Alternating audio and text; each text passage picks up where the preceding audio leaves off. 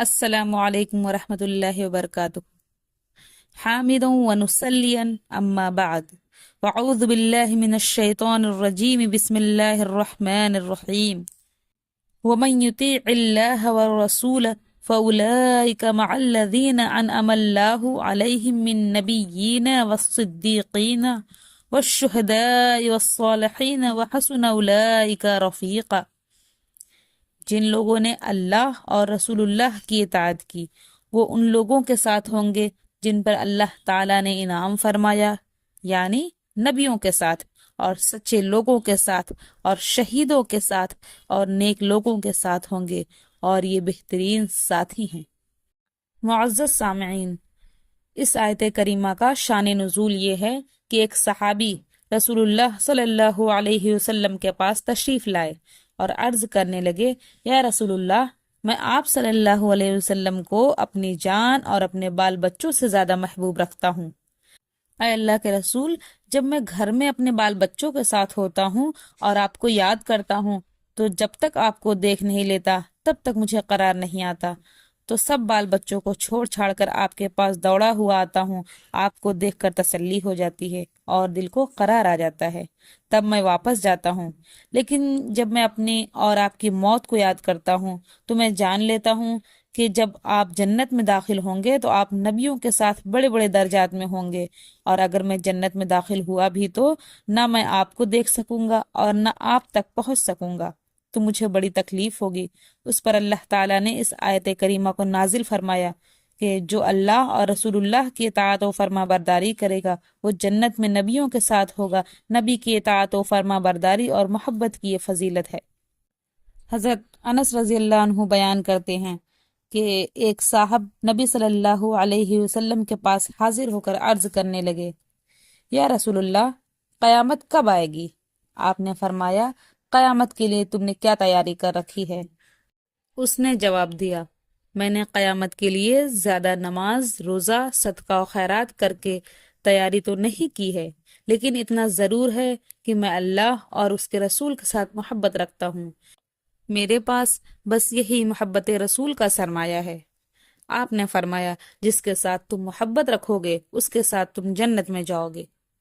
مسند احمد وغیرہ میں ہے کہ رسول اللہ صلی اللہ علیہ وسلم سے اس شخص کے بارے میں پوچھا گیا کہ جو ایک قوم سے محبت رکھتا ہے لیکن ان سے ملاقات نہیں ہوئی ہے، تو آپ نے فرمایا، المرء مع من احب، ہر انسان اس کے ساتھ ہوگا جس سے وہ محبت رکھتا ہو۔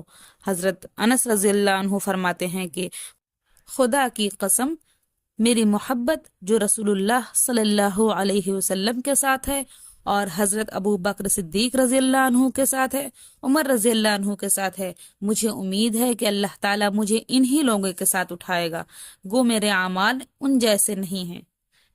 یہی محبت معیار اور کسوٹی ہے حق اور ناحق کے پرکھنے کے لیے۔ جنہیں خدا اور رسول اللہ صلی اللہ علیہ وسلم سے محبت ہے وہی سچے مطیع فرما بردار ہیں، اور جو خدا اور رسول کے فرما بردار نہیں ہیں وہ محب رسول نہیں ہیں۔ کسی نے کیا خوب کہا ہے، تم محمد صلی اللہ علیہ وسلم کی نافرمانی کے باوجود محبت ظاہر کرتے ہو۔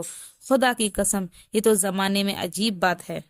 اگر تم کو اللہ کے رسول کے ساتھ سچی محبت ہوتی تو تم ان کی اطاعت و فرما برداری کرتے، کیونکہ دوست اپنے دوست کا کہنا مانتا ہے۔ سچ فرمایا اللہ تعالیٰ نے، بعض لوگ ایسے بھی ہیں جو خدا کے شریک اوروں کو ٹھہرا کر ان سے ایسی محبت رکھتے ہیں جیسے خدا سے، اور ایماندار لوگ اللہ تعالیٰ کی محبت میں بہت سخت ہیں، کیونکہ مشرکین مشکل کے وقت میں اپنے بتوں کی محبت سے الگ ہو جاتے ہیں، لیکن ایمان والے کسی وقت بھی اللہ کی محبت سے جدا نہیں ہوتے، بلکہ جان و مال اور ہر چیز کو خدا اور رسول کی محبت میں قربان کر دیتے ہیں۔ محبت ایک طبعی کشش کا نام ہے جو اپنے محبوب کی طرف کھینچ لے جاتی ہے، خواہ اس کے لیے کتنی ہی مصیبت برداشت کرنی پڑے۔ رسول اللہ کی محبت خیش و اقارب اور ماں باپ اور اولاد سے بھی زیادہ ایمان کا جز اعظم ہے۔ خود رسول اللہ صلی اللہ علیہ وسلم نے فرمایا، تم میں سے کوئی اس وقت تک مومن نہیں ہو سکتا جب تک میں اس کے نزدیک اس کے ماں باپ، اولاد اور سب لوگوں سے زیادہ محبوب نہ ہو جاؤں۔ اسی لیے قرآن مجید نے رسول اللہ کی محبت کو ہر چیز کی محبت پر ترجیح دی ہے۔